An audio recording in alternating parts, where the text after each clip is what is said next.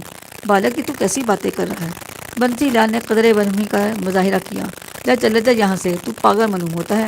جا. میں نے بہت برداشت کر لیا. انکا نے مجھے روکنے کی بہت کوشش کی، لیکن اس وقت مجھ پر خون سوار تھا.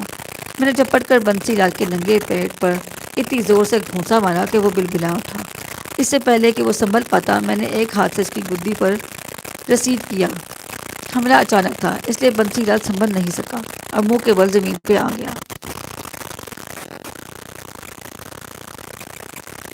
میں نے اس کی کن پٹی پر ایک بھرپور ٹھوکر مار پر پھر اچھل کر اس کی پشت پر سوار ہو گیا. میں نے ایک ہی ہاتھ سے جھک کر مرگ چھالا کے قریب رکھی پیتل کی وزنی لوٹیا اٹھائی اور اتنی زور سے بنسی لا کے گھٹے کو اس سر پر ماری کہ خون کا فوارہ ابل پڑا.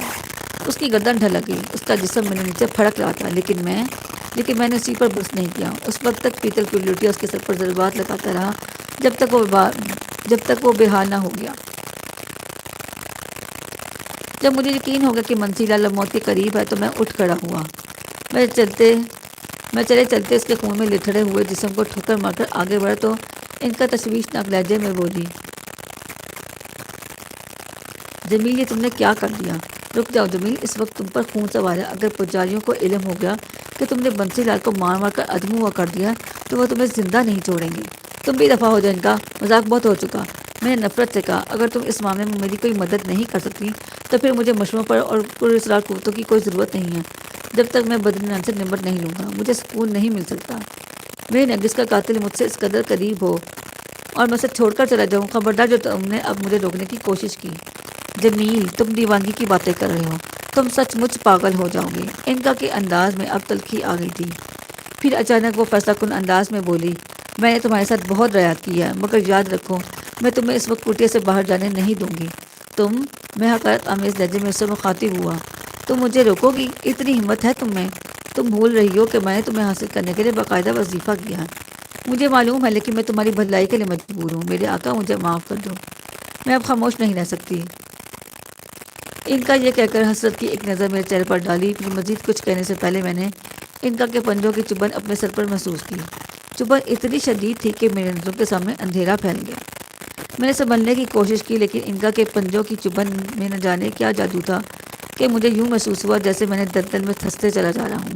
نیچے، بہت نیچے. مجھے پتہ نہیں پھر کیا ہوا، پھر میں کہاں گیا اور کدھر رہا.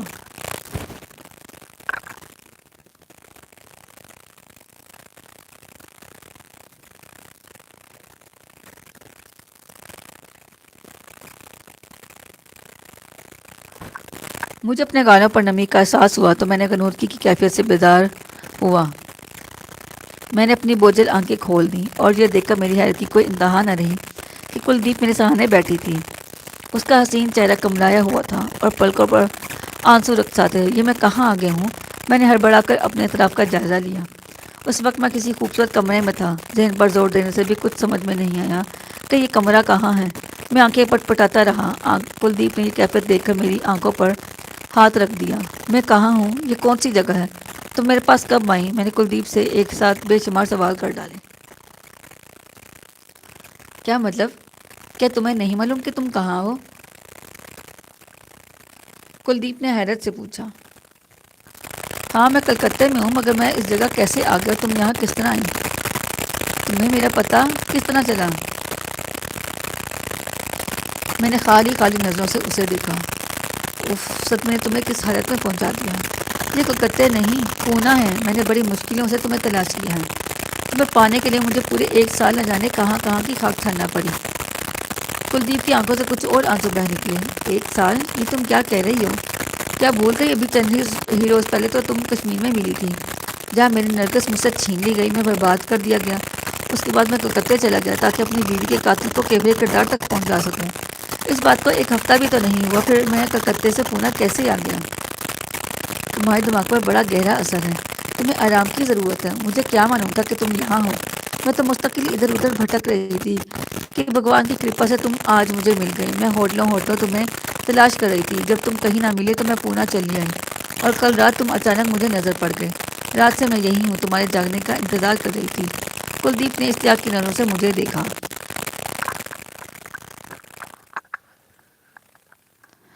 میری سمجھ میں کچھ بھی نہیں آیا کہ وہ کیا کہہ رہی ہے۔ میں نے منتشر ذہن پر زور دیا تو یاد آیا کہ اس بے ہوشی سے پہلے میں بنسی لال کی کٹیا میں تھا۔ ان کا مجھے انتقام لینے سے باز رکھنے کی کوشش کی تھی۔ میں بنسی لال سے جگر پڑا تھا۔ پھر کیا ہوا؟ میں نے تصور کے عالم میں سر پر نظر ڈالی تو ان کا وہاں موجود تھی۔ اس کی نگاہوں میں معذرت اور خوف کے ملے جلے تاثرات دکھائی دے رہے تھے۔ میں نے زبان سے کوئی لفظ نہیں نکالا، اس لیے کہ کلدیپ سامنے بیٹھی تھی، مگر ان کا میرے دل میں ابھرنے والے سوالات تاڑ گئی اور گلوگیر لہجے میں مجھ سے مخاطب ہوئی۔ مجھے معاف کر دو جمیل، میں نے اوروں کی طرح ایک عرصے کے لیے تمہارے ذہن پر مکمل تسلط جما لیا تھا۔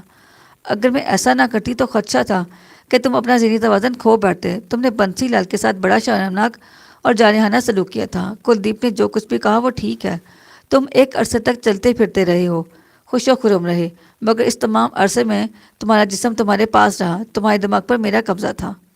یعنی بنسی لال کے واقعے کو ایک لمبا عرصہ گزر گیا ہے۔ میری سمجھ میں کچھ بھی نہیں آ رہا تھا۔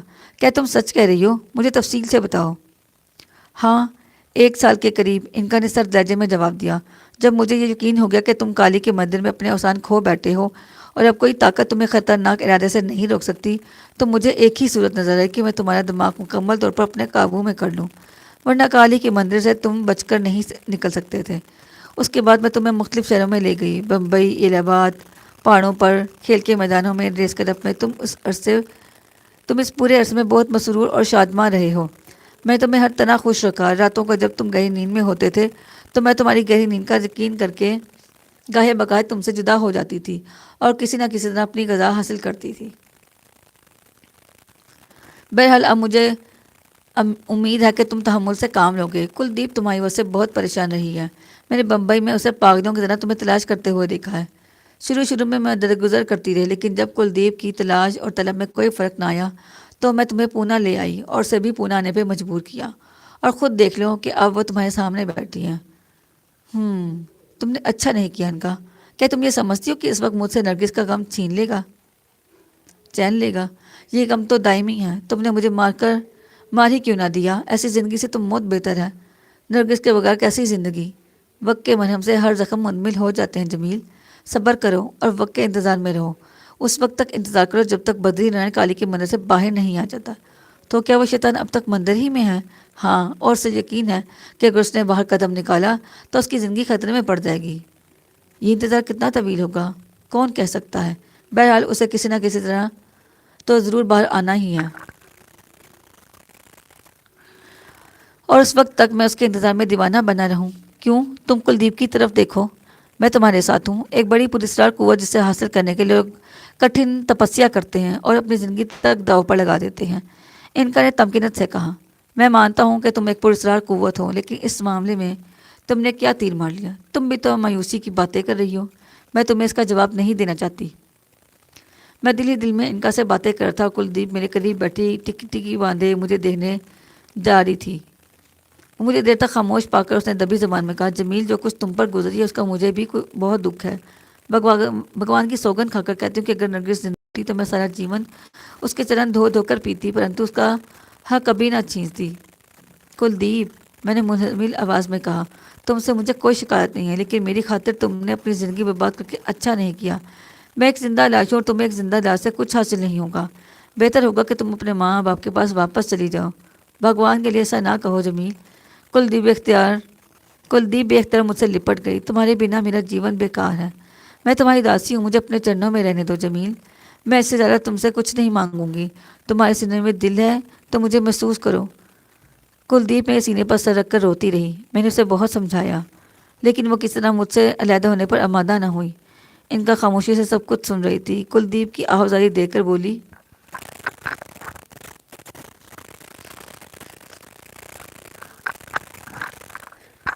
جمیل، یہ ایک شریف اور عزت دار لڑکی ہے، اس غریب کو کس جرم کی سزا دے رہے ہو؟ تم اس کی اتنی سفارش کیوں کری ہو؟ میں نے چپتے ہوئے لہجے میں کہا، اس لیے کہ وہ تم سے محبت کرتی ہے، میری طرح، نرگس کی طرح، اور یوں بھی اب تمہیں کسی سہارے کی ضرورت ہے۔ میرا دل اب کسی چیز میں نہیں لگتا ان کا، میں نے آزردگی سے کہا۔ کلدیپ کا جی بھی تمہارے سوا کسی میں نہیں لگتا۔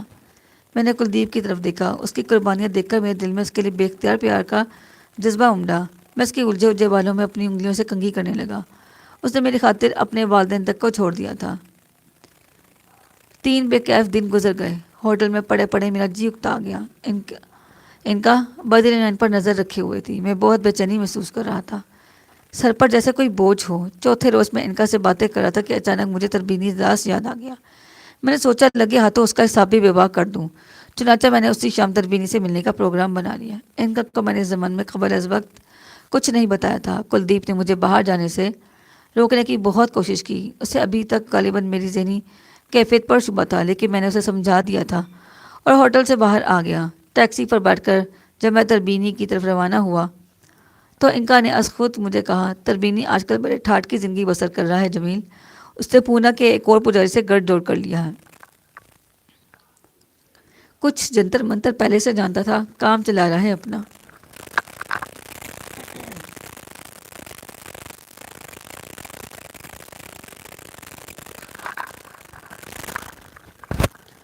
ہو سکتا ہے تربینی کے لیے یہ شام زندگی کی آخری شام ثابت ہو. میں نے سرسری انداز میں کہا. مجھے یاد ہے کہ اس نے میرے ساتھ کیا سلوک کیا تھا. اسے ضرور سزا دو جمیل، وہ بڑا عیار شخص ہے، مجھ سے زیادہ اسے کون جانے گا. ٹیکسی جب تربینی کے مکان کے سامنے پہنچ کر رکی تو میں حیرت زدہ رہ گیا، کیونکہ جو حویلی میں نے انکا کے ذریعے چلا کر راہ کر دی تھی وہ پہلے سے بھی زیادہ شاندار عمارت کی صورت میں میری نظروں کے سامنے موجود تھی. میں دل ہی دل میں پیچتاب کھاتا ہوا اترا اور ٹیکسی کا کرایہ ادا کر کے تربینی کی حویلی میں بے دھڑک داخل ہو گیا. پھاٹک پر کھڑے ہوئے دربان کو انکا نے رام کر لیا تھا، اس لیے اس نے کوئی مزاحمت نہیں کی. حویلی کے اندرونی حصے کا نقشہ پہلے ہی جیسا تھا. میں سیدھا تربینی کی خوابگاہ کی طرف چلا. اندر داخل ہوا تو تربینی کے پاس حسب معمول 2-3 لڑکیاں حسین بیٹھی ہوئی نظر آئیں.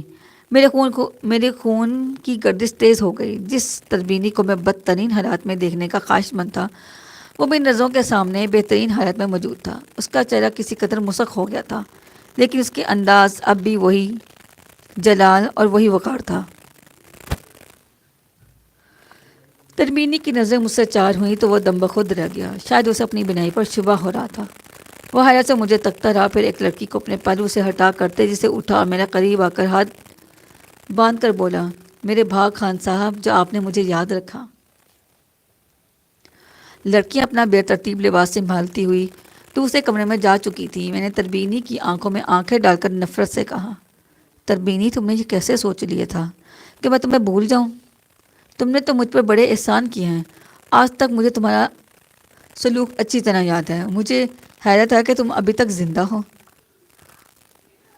تمہیں تو مر جانا چاہیے تھا، یا اگر اپنے ڈھیٹ پڑنے کی وجہ سے زندہ ہی ہو تو تمہیں فٹ پاتھ پر بھیک مانگنا ہوا نظر آنا چاہیے تھا. پدھاریے خان صاحب، تربینی نے خوش آمدانہ انداز میں کہا. گزری ہوئی باتوں کو بھول جائیے. چاپلوسی بند کرو تربینی داس، تم خوب سمجھ رہے ہو کہ میں کس ارادے سے آیا ہوں. میں نے درست لہجے میں کہا، گزشتہ مرتبہ جلدی میں تھا، اس لیے تمہارے احسانات کا بدلہ نہیں چکا سکا، لیکن آج میں اگلے پچھلے تمام حساب بے باک کرنے کا پکا ارادہ لے کر آیا ہوں. تربینی نے میرے بگڑے ہوئے تیور دیکھے اور میری ترش باتوں کو مفہوم سمجھا تو سر تاپا لرز اٹھا. ہاتھ جوڑ کر بولا،